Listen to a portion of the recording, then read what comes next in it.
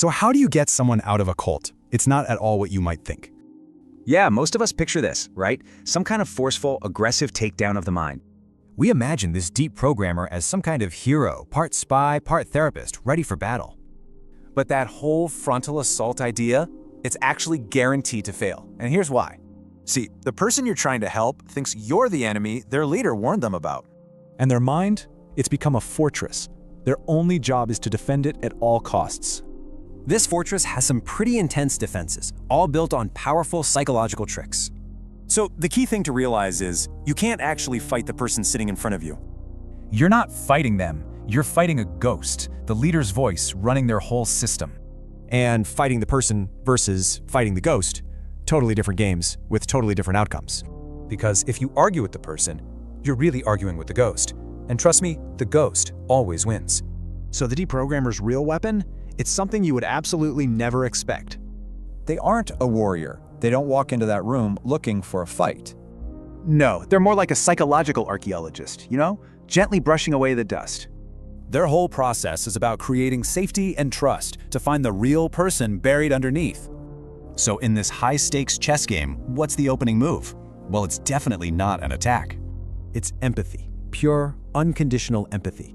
That's the secret weapon that starts to dismantle everything. Seriously, how do you actually reach someone inside a fortress of their own beliefs? Well, you don't just break down the door. You have to look for a tiny crack. Because a direct assault on what they believe, that's only going to strengthen their defenses. Their mind is literally built to repel outside logic. So you need a different approach. And that first step is a little counterintuitive. It's a technique called floating.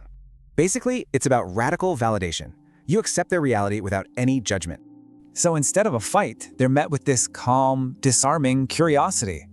The message is powerful and clear. I'm here to understand you, not attack you. Now, while you're building trust, you're also on a mission to find the old self. It's all part of this three-phase plan. Build rapport, find that old self, then probe. You ask questions about their life before the group to awaken those dormant memories. The whole point is to reconnect them with who they used to be, their past dreams and loves. And this is where you start to look for that very first crack in the fortress. It's usually some kind of inconsistency they've already noticed, but were taught to ignore. So you don't give them answers, you just hand them a small tool to find their own. Like for example, let's say the leader preaches a life of poverty. But then, someone sees him wearing a super expensive gold watch. You just gently ask, how do you make those two things make sense together? See, you're just empowering them to start prying at their own prison wall. And this quote, it's the absolute key. You don't tell someone the truth, you help them find it themselves. Your main tool isn't arguing. Nope, it's the Socratic method, a gentle but relentless way of questioning. The goal isn't to lecture, it's to help them spot the contradictions in what they already believe. So you start by questioning the rules. If something is the absolute truth, why can't you question it? This shifts the focus. You're not attacking the belief, just the leader's need for total control. This is smart because you're not attacking the core belief. You're making them look at the fragile walls around it. Now, for a really powerful move, you appeal to their own values, like their sense of honesty. Then you ask this. It creates a huge internal conflict between their personal values and the group's actions. Right there, you're forcing them to judge the group by the exact same standards they hold for themselves. Think of each of these little contradictions as an item being placed on a mental shelf. And slowly, that shelf gets heavier, with questions about control, contradictions, and inconsistencies from the leader. All that weight, it creates a massive strain on their entire belief system. This is cognitive dissonance. See, the mind can't hold two conflicting ideas for very long. Eventually, something has to break. So, the collapse isn't an attack. It's them realizing their belief system was a logical impossibility all along. You might think breaking free is a moment of relief. It's not. It's a violent, terrifying collapse. So to make it work, your mind builds this shelf to hold all the conflicting ideas, But eventually, that shelf gets too full. And it doesn't just empty, it completely shatters. And that first feeling? It's not freedom. It's just a tidal wave of catastrophic loss. We're talking overwhelming grief, blinding rage, deep shame, and a terror so profound, it's almost psychosis. I mean, just try to imagine it. Waking up one day and realizing your whole world was a lie. The leader you worshipped was a fake. The family you trusted, manipulators. All your sacrifices were for nothing. So it's not just about losing your faith. You've literally lost your entire sense of self. So, what happens in that psychic explosion? This is where a deprogrammer's role becomes absolutely critical. See, they're not there to interrogate. They have to become the only stable anchor in a collapsing universe. Their number one job is just to contain that explosion, to absorb the grief and rage.